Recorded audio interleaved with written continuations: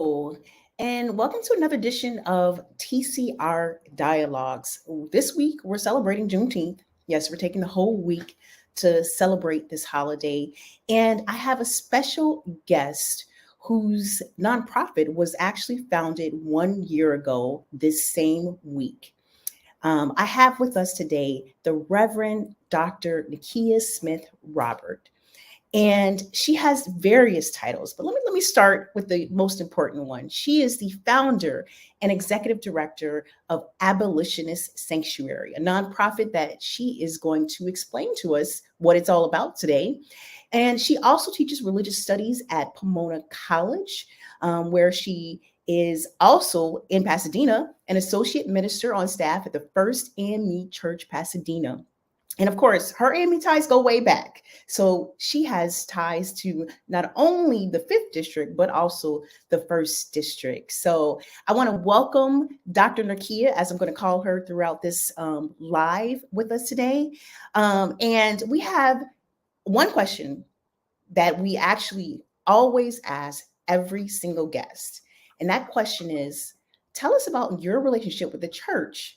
And of course, we already know you have a relationship with the AME Church. Please go into detail about your relationship with the AME Church. Hi, Tiana. Thank you so much for having me. I'm so grateful to the Christian Recorder and my dear friend and brother, Reverend Dr. John Thomas and his staff. It is indeed a joy and honor to be featured here with my organization, Abolitionist Sanctuary. So thank you, and to your listeners. My connection to the AME Church. I am a daughter of the AME Church. I was born and raised in Harlem, New York, and raised at First AME Church Bethel under the pastor, or shall I say the late pastor, Reverend O'Neill Mackey Sr., who was my pastor for over 20 years, so throughout most of my formative life. And I have to say, somewhere in that time period, maybe around 1 year old, my godmother, Joan Loretta Brown, who is a church mother, faithful servant in AME Zion, borrowed me from the AME Church to baptize me along with 20 other relatives in Mother Zion AME Church. So that is the secret, that I am born and raised in the AME Church, but actually baptized AME Zion, but I am AME for life. And I know that you actually don't live in New York City anymore. I had the opportunity to interview you in your new home, Pasadena, California. And what I want you to do now is explain to us, well, how did you get to Pasadena, California? And what led you to become an ordained minister? You know, Kiritiana, I'm so honored that you traveled all the way from Brazil to a small place in Claremont, California, to spend time with me and shadow our organization and the work that I'm doing. I arrived at California following my husband, who is a finance executive who used to work with Disney. And Disney closed in New York their offices to move to headquarters here in California. So we moved. At the time, I was working in public accounting at Ernst & Young, which is now known as E&Y. And I quit my job and we relocated our family here in California. And since I completed 4 units or 1 year of clinical pastoral education to train to be a healthcare chaplain. And I also completed a PhD in religion with a focus on ethics and public policy at Claremont School of Theology for 6 years. And so this is actually the first year that I'm not in someone's program. And it feels great to experience life on this side.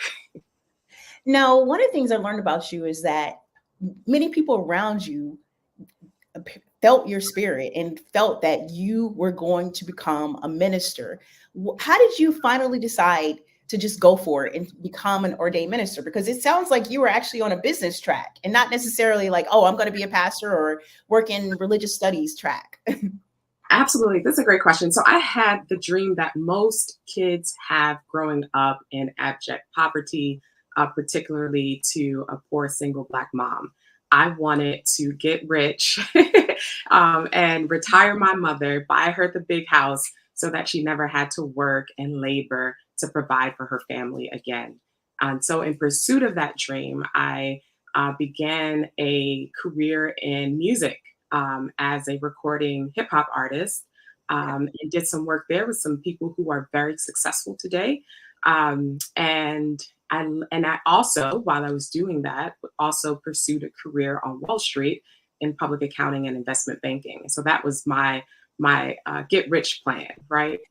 And then what I found on Wall Street and doing music is that, particularly on Wall Street, that I had success, but I wanted a life of significance. And I no longer could tolerate the ways in which clients and coworkers would exert power in ways that undermined my personhood, because they had problems interfacing with a young Black women on a multi-million dollar account. And so I was no longer willing to sacrifice my dignity to keep a client. And so I quit Wall Street. And with the music industry, while I was in the studios, well through the night and the morning, I would leave and go to church. And sometimes I would leave and go to church and I would speak. And that speech would come out like a sermon. And at the end of the sermon, people would give their lives at the altar to Jesus. And it made me realize that there was a tug. There was a tug for me to recall when I first fell in love with Jesus. And that Jesus was my mother's Jesus, right? The Jesus that my mother prayed to. And the church mothers and ministers who spoke over my life and saw a call to ministry before I even accepted it. So it was that tug, it was that call, it was that push, the pull that brought me to accept the call into ordained ministry. So you brought up your mother several times already, and I understand that she is central to you founding Abolitionist Sanctuary. How did your mother influence your decision to become what you are now, which is a social entrepreneur? Yeah, thank you. My mom was the first entrepreneur I met. And she had this profound skill that most Black women have, particularly when their backs are against the wall and they're forced to survive. And that is how to make a dollar out of 15 cents. And I watched my mother stretch what she had in order to provide for her children against poverty and unjust social conditions. And so it was that lesson, right, of her resilience, of her ingenuity, her ability to create out of nothing, that inspired me, and also seeing her struggle and wanting to find a way out, particularly as women in womanist fashion, how to make a way out of no way. And so taking all of those life lessons that I've seen through my mother inspired me to become a social entrepreneur. And to be quite frankly, as a child, while some kids were playing Super Mario Brothers, I indeed played that. But I was also playing Wall Street Kid on the Nintendo at a very young age, learning how to trade stock. My favorite movies were Michael J. Fox, Secret of My Success, and Eddie Murphy's Trading Places. I always had a knack for business. And so I consider myself very good with business acumen, but I wanted to apply that in a way that would give me social impact. And so I gleaned the lessons from my mother, I gleaned the lessons from Wall Street, and I brought all of that together and transferred it to becoming a nonprofit executive. And now I'm merging significance and significance to make an impact, hopefully, in the life of the church and also in greater society.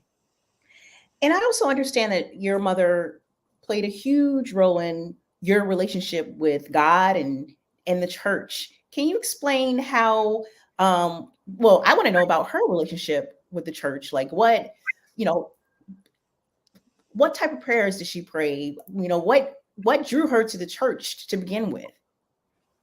I'm laughing at this question because to know my mother is to know that anything that came from her was prayer.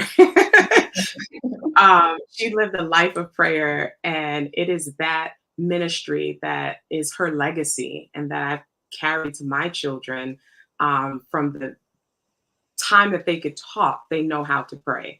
And so every day before we leave our home, we gather in a circle and we say a prayer together. So the prayers that my mom prayed, and my mom has passed away since December 31st, 2012, and I eulogized her.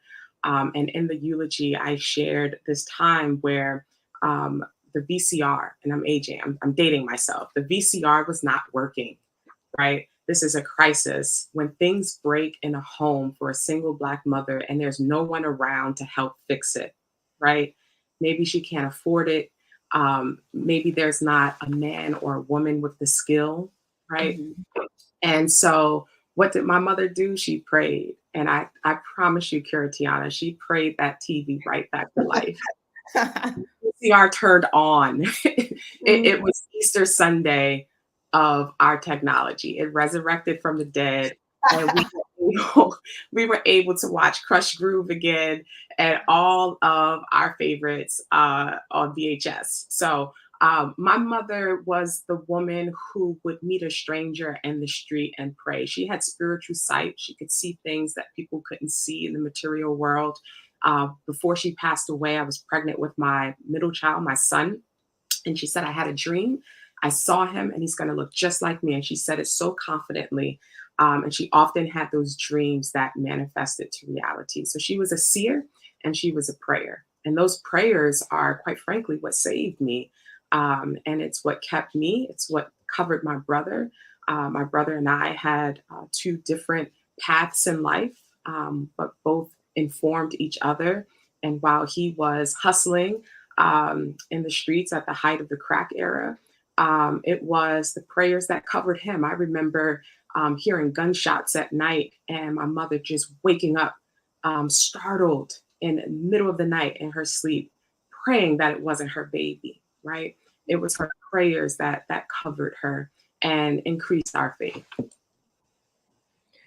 And so that brings us finally to the Abolitionist Sanctuary, which I had the opportunity to learn a lot about just over a month ago. And I know that you started this nonprofit approximately 1 year ago. So for our audience, tell us, what is Abolitionist Sanctuary? Well, I'm glad you asked. I'm so excited to introduce and share with your listeners an amazing and thriving organization, Abolitionist Sanctuary, where I am the founder and executive director. We are a national coalition of Black serving churches and civic organizations and educational institutions that are trained to organize against the moral crisis of mass incarceration and the criminalization of impoverished Black motherhood.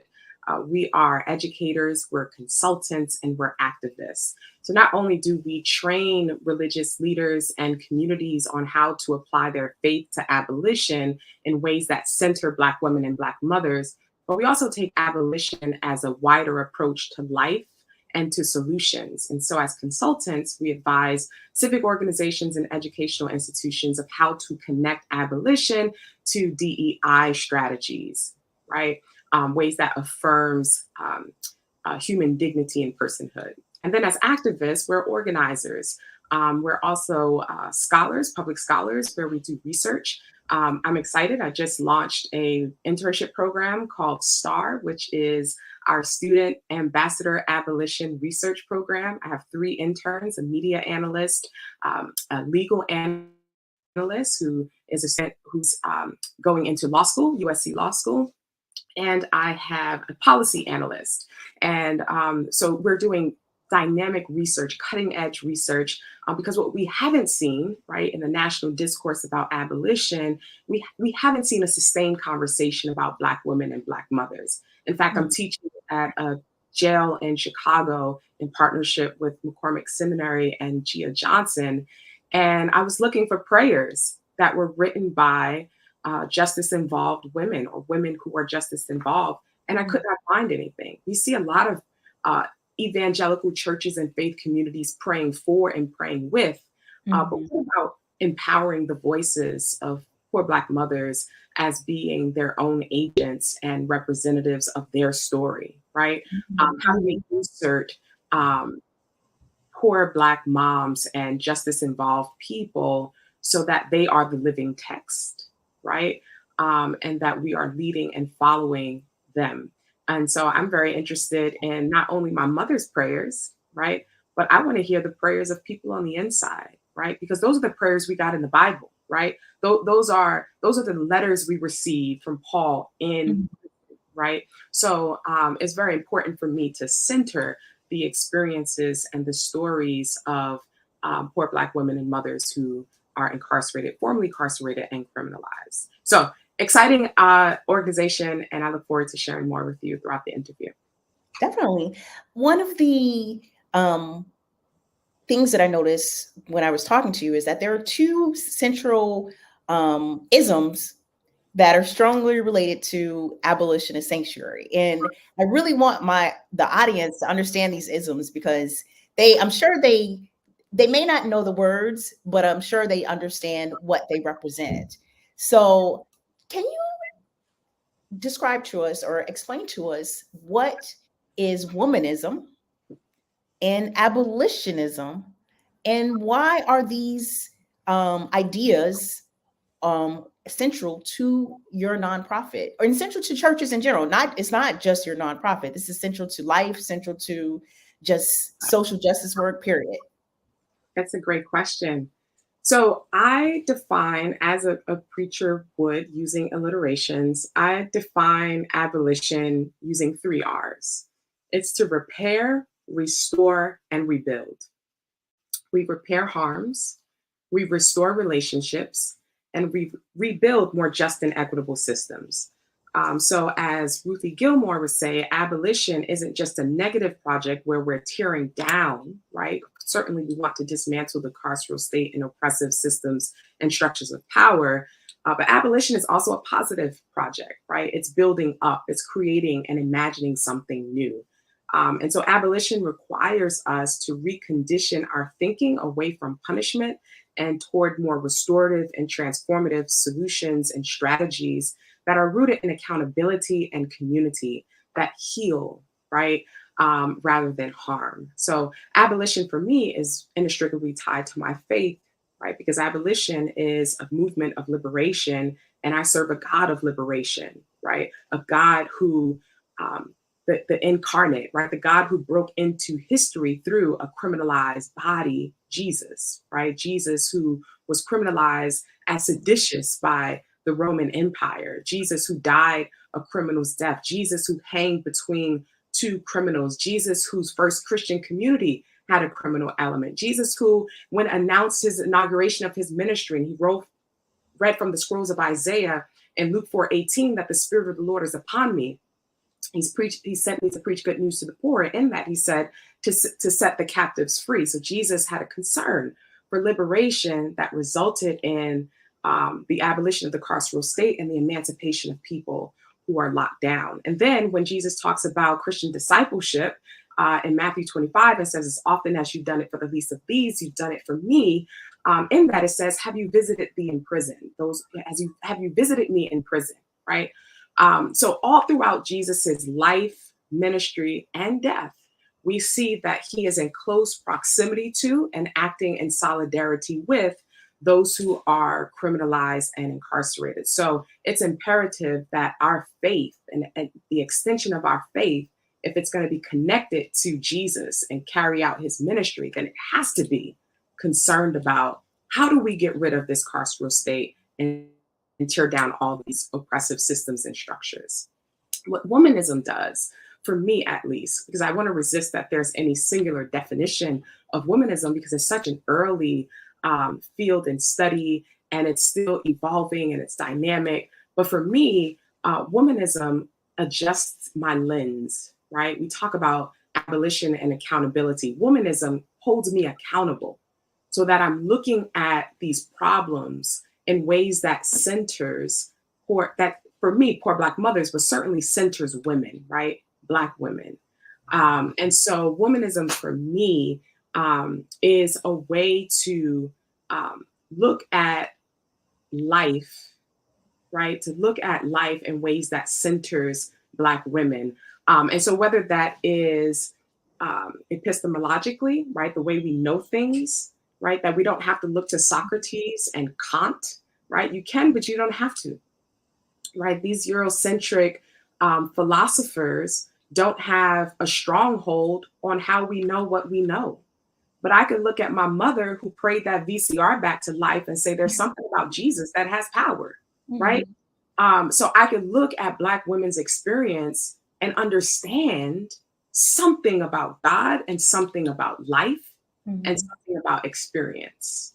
So womanism is a study that began, or a field that began in 1985 through Katie Geneva Cannon, where she read a conference paper at AAR invoking the term that she borrows and popularizes and interprets for herself from Alice Walker, this four-part definition. And in the four-part definition, it says womanist is to Black feminism as lavender is to purple. Loose translation, right? And so from that definition emerged an entire field and study about religion and the Black church that begins and starts with Black women. And you have from there pioneering Black religious scholars who were even born out of the AME church, right? Jacqueline Grant, who makes the argument that God isn't only Black, because we heard that through James Cone and Black liberation theology, but God is a Black woman is her claim, right? And you get other pioneering womanist scholars born out of the church, such as Emily Towns, and I mean, the list goes on. Dolores Williams, right? And so Dolores Williams is central to my work as an abolitionist because Williams problematizes the cross. So when we look at the Black church, we look at Black liberation theology, the cross is central. The cross is how we understand and know salvation. And Dolores Williams says that's problematic because the cross is violent and it's been harmful for Black women, that there isn't salvation there. There's nothing salvific about the sacrifice and atonement. So Dolores Williams creates her own soteriology, Christology, her own understanding of Jesus's life and death.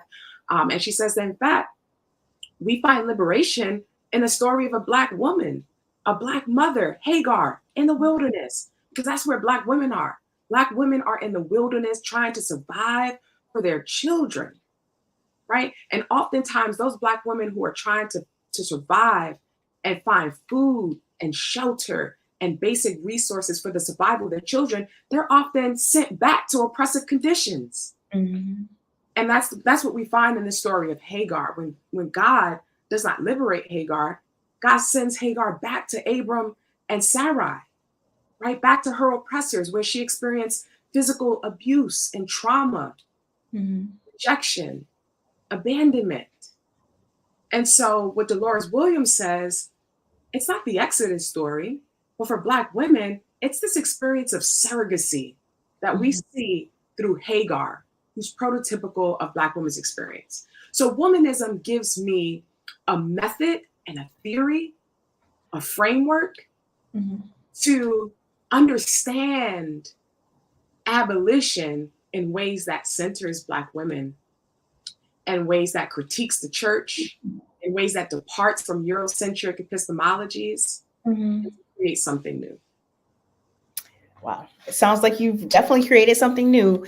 We're actually going to go to a quick commercial break, but we'll be back with Dr. Nikia.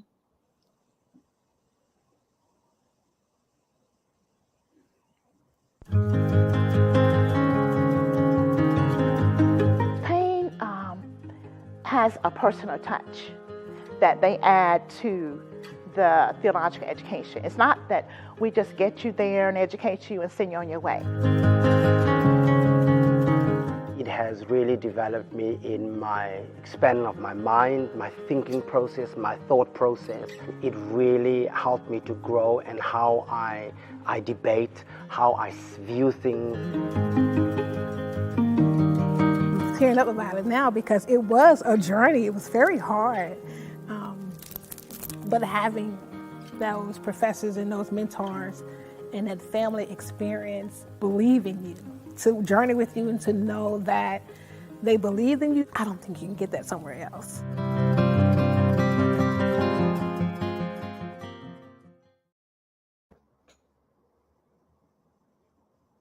Hi, and welcome back to the TCR Dialogues. We have with us today the Reverend Dr. Nikia Smith Robert, who has been giving us the lowdown on her amazing nonprofit called the Abolitionist Sanctuary. And we left off talking about womanism and abolitionism. And throughout several of her responses, she's always focused on women. And I would like to use this opportunity right now for you to explain to us, how does Abolitionist Sanctuary focus on women in its social justice work? Yeah, so Abolitionist Sanctuary emerges from my experience. It's not just a research project for me. It's not just a public exercise of activism, but it's very personal to me. It emerges from my experience growing up for a single Black mother and watching her make really tough decisions, like Hagar in the wilderness, in order to survive and provide quality of life for her children. And sometimes that meant breaking rules and breaking laws. It wasn't because she was a bad person. My mother was a pillar of the church. We spoke about how she was a prayer warrior. She was a role model in her community, hardworking every day. But there was just sometimes just unrelenting social deprivation because of systemic injustices like poverty that disproportionately affects and disadvantages Black women, right? Black women get paid 60 cents to the dollar of their white male counterparts. Black women are among the poorest of any other ethnic group except for Native American women, right? So Black women have this unique experience with oppression that is exacerbated as mothers because they are also oftentimes, according to studies, the sole provider for their families, right? 80% of women are the sole provider for their families. So while they're the poorest, they're also the ones who are in charge of making sure that their families have a roof over their heads and clothes on their backs and food on their tables. And so you have all these struggles of Black women that I saw not as a statistic, but materialize in my mom's life and in our lives. And sometimes when she broke the rules and laws, it would be forging documents from her employer if she couldn't get a day off of work and there was a school holiday and she couldn't afford child backup care. Maybe it was also forging rent leasing renewal grants. Lease renting renewals, right? So ensuring that her rent didn't go up astronomically because of gentrification and eminent domain due to Columbia University that was in our neighborhood, right? As you know, Harlem is deeply gentrified now. I grew up on 110th Street and Fifth Avenue on the northern tip of Central Park. In fact, the horrible case of the Central Park Five, whom we now know as the Exonerated Five, were my neighbors, right? Kevin Richardson lived next door to me, and Corey Wise and Yusef Salam lived right down a few floors from me, right? So you grew up in the same building as them? Grew up in the same building, right? This was the pervasiveness of the carceral state, right? That was not only my family, but my community was everywhere, right? My friends either hustled, would get locked up, or killed by gun violence, right? Our reality. I mean, I could list the horrible things I've seen growing up in Harlem, right? Bodies falling from the roof, people shot out of their, right? Running from shootouts, right? This isn't a movie. This was my reality. And to have a single poor Black mother try to raise children in that environment, of course, she would do anything at all costs to keep us safe and to position us for a better life. And sometimes that required doing this funny math on tax returns so that she could get a higher tax refund to pay bills, right? Not because it was unethical. It may have been unlawful, but I would make the argument that it was also moral. It was the right thing to do, because either we would have suffered from poverty and a lack of food and been kicked out of our homes and displaced, not for our own misdoings, but because of larger structural injustices, pay equity gaps, economic disparities, poverty, right? Gentrification, eminent domain, surveillance, the carceral state, right? Individuals, particularly Black women and mothers, are up against a larger structure that is so pervasive, that is so death dealing, that it's nearly impossible to survive. And the only way to is sometimes making a way out of no way. And that's the womanist literature, providing a lens from my experience. And so for me, abolitionist sanctuary is a way to think about Black women's experiences with trying to survive against unjust social conditions. And how do we reappraise those strategies, not as a vice, not as criminal, not as deviant, not as sinful, not as undeserving, but as a source of virtue. And the virtues that I like to focus on, and it becomes the values of my organization, are, and that we see in the experiences and survival strategies of poor Black mothers against unjust social conditions, are 5 virtues. They are creativity, compassion, care, courage, and community. And I use my research and my organization to teach about these 5 virtues as a way to counter the vices that uphold the carceral state and punitive responses. Because society would see my mother's survival strategies as condemnatory. But according to these abolitionist virtues that I'm suggesting and proposing, her actions weren't deserving of condemnation. Her actions require compassion. How does the church become more compassionate to Black women's survival strategies when they transgress our understanding of what's piety, right? Or what's pious, what's respectable, right? So how do we rethink in our church teachings and practices? How do we rethink our responses to harm and our responses to Black women's agency, not as a source of deviance, not as blameworthy, but how do we find the divinity in it? How do we find the salvation? And how do we use Black women's experience with survival, even when breaking the law,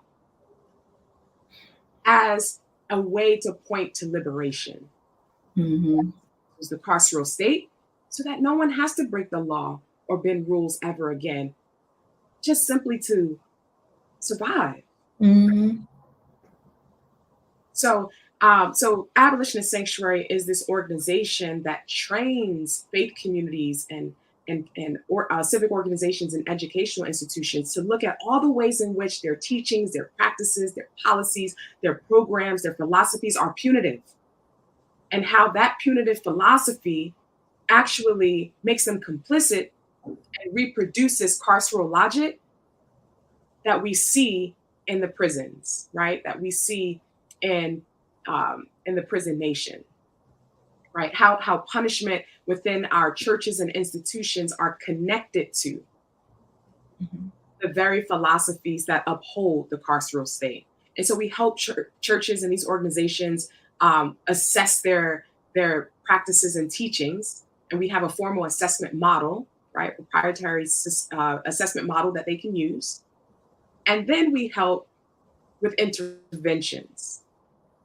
What can we do to move you from that condemnation to more restorative and transformative qualities and strategies that aren't aligned with the carceral state, but are aligned with dismantling the carceral state or abolition? And so that's where we provide strategy and training and education, whether it's helping churches how to amass political power through the public policy process, right? Policy was the second track in my PhD. How do churches to organize, do community organizing and connect to social movements and move outside of their sacred silos, right? Whether it's how do we help churches to do expungement seminars Mhm. and out seminars. Senator Raphael Warnock's church in Georgia, Ebenezer, provides a great model under the executive pastor, also John Vaughn, who's a dear friend of mine. And they Mhm. had expungement seminars. In fact, they had a whole conference, a whole initiative called End Mass Incarceration, Ending Mass Incarceration, right?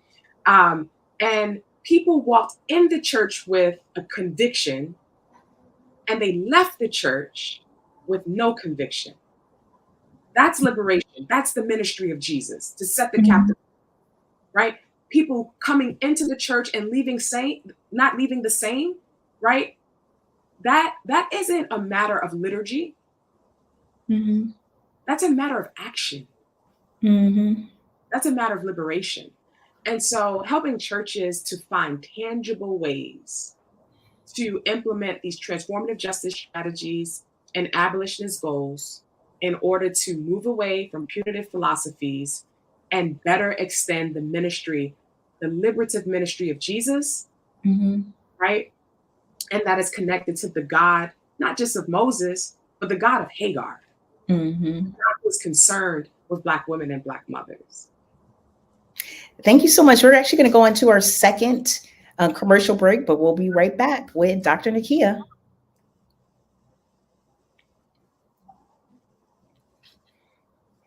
My name is Gregory Easton, a candidate for Episcopal service in 2024. Leadership determines the moral and spiritual environment in which the church operates. With over 40 years in ministry and 37 years as a pastor, you can count on me to do what is right and lead with integrity and fiscal accountability. I'm a bridge builder, and will respect and celebrate the senior leadership of our church while mentoring and providing opportunities for our up-and-coming leaders. I'm a proven supporter of women in ministry and our laity and all the components of our church. It's a season for proven leadership. Eason for Bishop.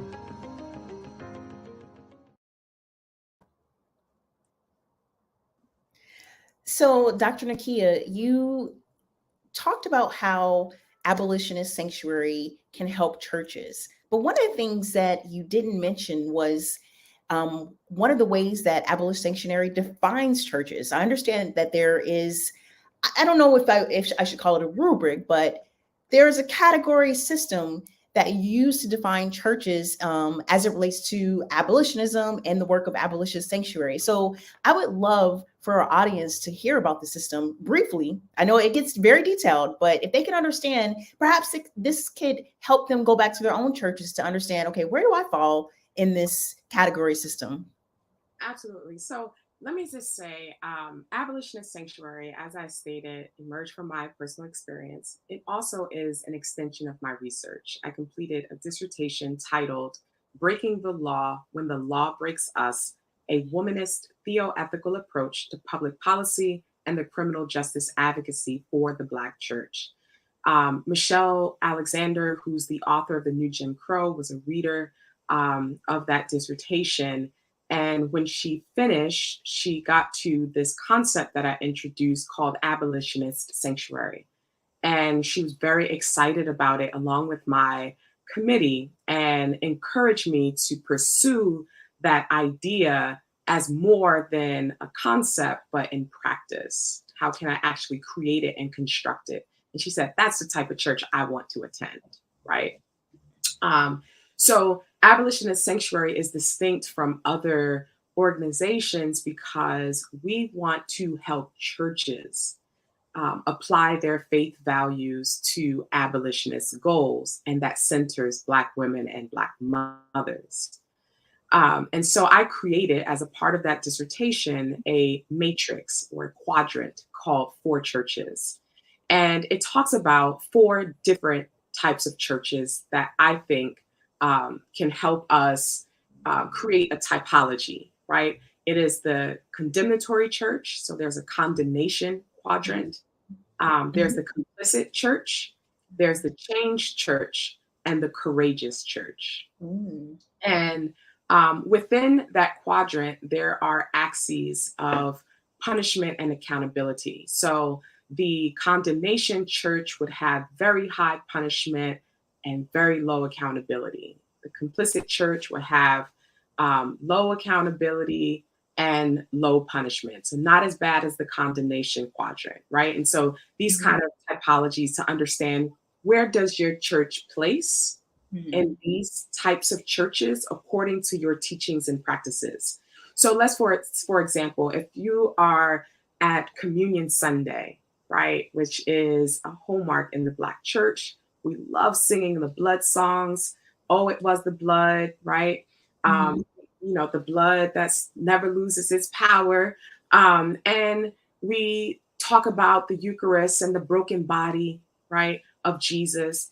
And there are wominists such as Sean M. Copeland, and there is feminists such as Rita Brock, Nakashima Brock, and who are problematizing church teachings and liturgy that perpetuate violence. And so when we talk about the blood of Jesus that has power and the death of Jesus who saves, how do we give that message to the children in Uvalde, Texas?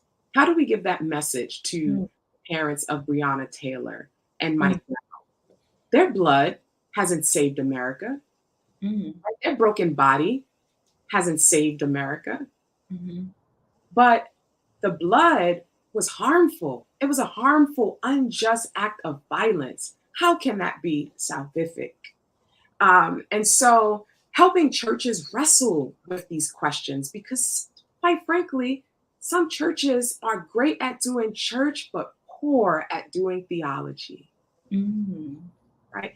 Poor at interpreting and considering the ways they can connect their teachings to care for and consider the experiences of marginalized groups. So, so that's the type of training we do. So a church that focuses on the blood as salvific and the death as salvific would be a condemnatory church, because it is promoting teachings and practices that are violent, that are harmful, that are punitive, that reproduce carceral logic. And what I do after making that assessment in community and in partnership with that church is we have a discussion, what can we do to move you from the condemnatory quadrant to the change or courageous quadrant, right? And the change quadrant is the ultimate, that's the best quadrant you could be in. How to become a change agent, right? A courageous change agent. And so we think about, how can we implement transformative justice strategies in our teachings and practices that aren't punitive? So rather than the blood of Jesus and the cross of Jesus, can we find salvific value in the life and the ministry of Jesus? Jesus performing miracles, Jesus healing, Jesus touching bodies who are outcast, Jesus defying gender norms and turning upside down oppressive social structures. Is there not liberation there? Is there not salvation there? Right? So teaching churches how to rethink and recondition their teachings and practices in ways that are not punitive, but in fact speak life and liberation and transformation that work together with abolitionist principles and goals. Cool. Next question. This year has been like a year of a monumental growth for Abolition Sanctuary. You've only been around for 1 year. So tell us, what has you and your nonprofit accomplished thus far this year? I'm so excited. You know, a lot of the work for Abolitionist Sanctuary is unseen, right? Every week I have a standing meeting with a consultant and coach. And every week for this year, we go over our strategic plan, and we're ironing out every nick and cranny, every piece, meticulous aspect of the organization to ensure that we're building a strong foundation.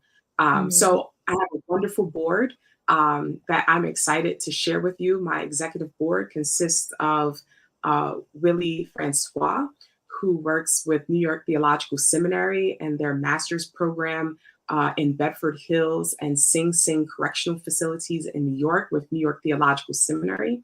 I work with on my executive board is also Candace Marie Bimbo, who's the author of Red Lip Theology.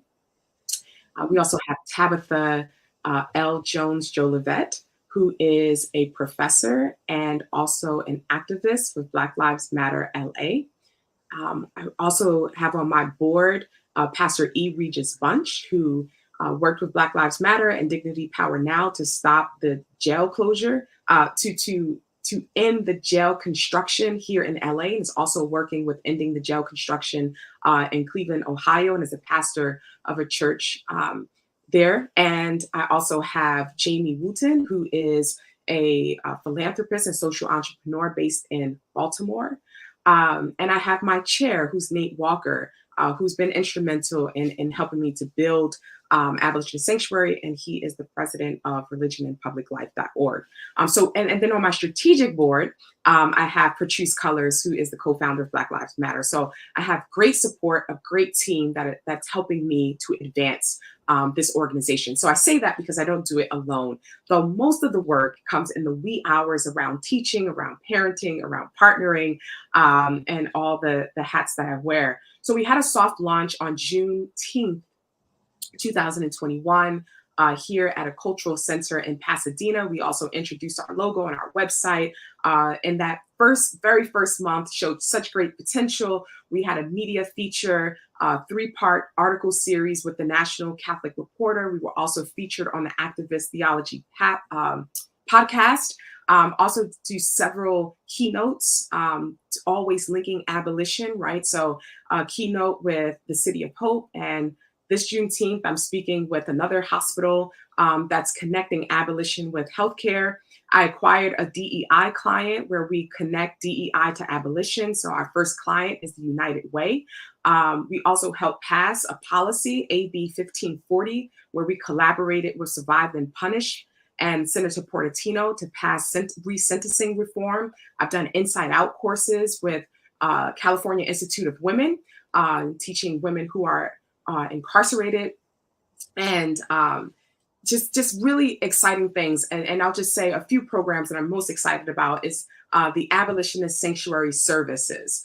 So it started with the IG Live, and I interviewed Melina Abdullah, who is the co-founder of Black Lives Matter LA, and other people, and just getting public engagement. Because one of the things that's really central to Abolitionist Sanctuary is building a coalition, right? So it's not to say that it's us and not others, right? We want to partner with everyone who's doing this work. There's phenomenal churches and religious leaders and activists and people who are already doing this work. And we want to help galvanize a faith-based abolitionist movement where we are working, collaborating together and building a coalition. And so this live really helped epitomize that. And so I was excited to convert that live because it evolved. So it started out as an IG Live to kind of test it out, and then it became services. And so we partnered with church services. So if there are churches out there who want to reimagine their worship service through an abolitionist sense, what does church look like if it was a focus on abolition and liberation and Black women and Black mothers, right? So we have a tour of Abolitionist Sanctuary Services. We had one at Compton, our first one with the Unitarian Universalist Church. We had another one with Reverend Nikia Smith Robert at Word of Encouragement Church. So really excited about that. We've been featured with the Bill and Melinda Gates Foundation and Ford Foundation as a Women Leading Change, where we talked about faith and gender equity through an abolitionist lens. Also featured in a book that I'm really excited about. I encourage your listeners to check it out. It's called True Crime and the Justice of God. True Crime and the Justice of God. We also donated hygiene products and unused clothing to a local girls group home in partnership with our Word of Encouragement Church and Pastor Nikia Smith Robert and our Abolitionist Sanctuary Service. And with that service, our theme was abortion was reproductive rights, right? Because that at the time was when the Supreme Court leaked their decision to overturn Roe v. Wade. So what we do is we approach church with the Bible in one hand and a newspaper in the other, right? And we're always looking to connect our faith with this real lived struggles of Black people, Black communities, particularly Black women and mothers. And then finally, what I'm most excited about is where we're heading. We're heading towards new partnerships. We are working with Religion and Public Life to introduce an online educational platform that will train faith communities, individuals, and churches to become certified in aspects of abolition and or certified as abolitionist sanctuaries. So what I envision within the AME Church per se, that people, let's say there's a visitor who is in Paris. That's where you are now, right? Those in Paris are looking for an AME church, but they want an AME church that is that has a concern for abolition, a concern for liberation, a concern for Black women and mothers. That they can go to the AME Connection website. They could do a search. What churches in the connection are abolitionist sanctuaries? That they can trust when they show up on Sunday, that they're not going to receive harmful theologies, right? Harmful practices that condemn and punish Black women, Black mothers' moral agency or personhood, but that they're going to have restorative and transformative and justice-centered, liberative teachings and practices in safe churches, right? Churches that become abolitionist sanctuaries are also spiritual sanctuaries, economic sanctuaries, legal sanctuaries, churches that are actively engaged. So I'm really excited about launching this online program that people can also take for credit with seminaries, with partnering seminaries. And then also being featured as a spiritual exemplar with USC is very exciting and demonstrative of the work that we're doing here. The launching of our internship program, we're launching a podcast, Abolitionist Sanctuary. Candace Marie Bimbo is our first guest, and we have amazing guests to follow. We're also launching a Patreon for people who want to support this work. Funding is something that we're always seeking. We're launching merchandising as well. So we're growing, and we're building partnerships nationally and globally. So you've definitely let us know what you envision for the immediate future of Abolitionist Sanctuary. What do you envision for the future, as in 20, 50 years from now, for Abolitionist Sanctuary? Thank you. I envision us being a thriving organization that is fully funded, that is staffed, that is doing cutting edge research, policy work, that is a leader in a faith-based abolitionist movement, that is connecting a network of faith communities, not just within the Christian church. My long-term goal is to become ecumenical so that it's also interreligious. Because what we see in other religions is also connections to religion and punishment.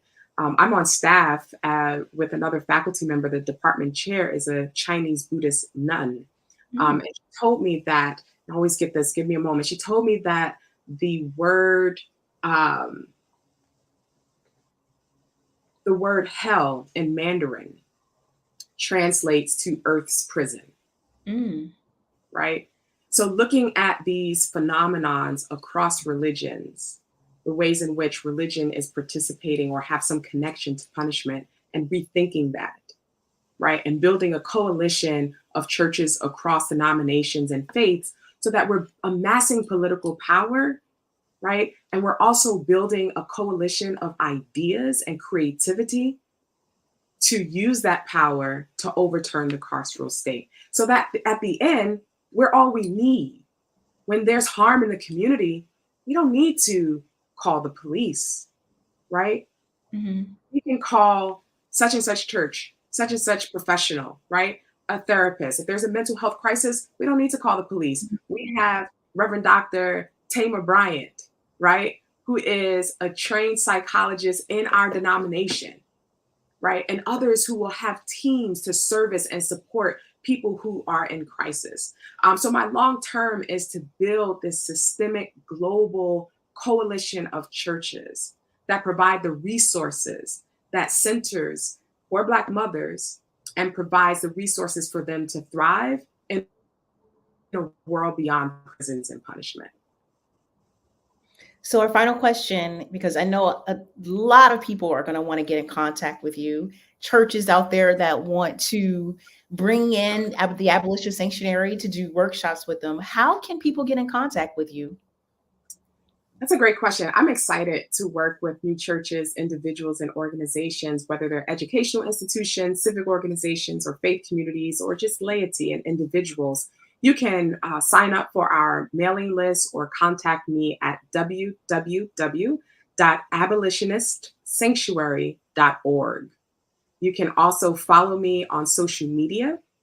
My personal handle is at Dr. Nikia S. Robert on Instagram and Twitter, and Abolitionist Sanctuary on Facebook, Abolitionist Sanctuary on Instagram, and on Twitter, because there's a limitation in characters, it's abolition and then sanctuary without the vowels.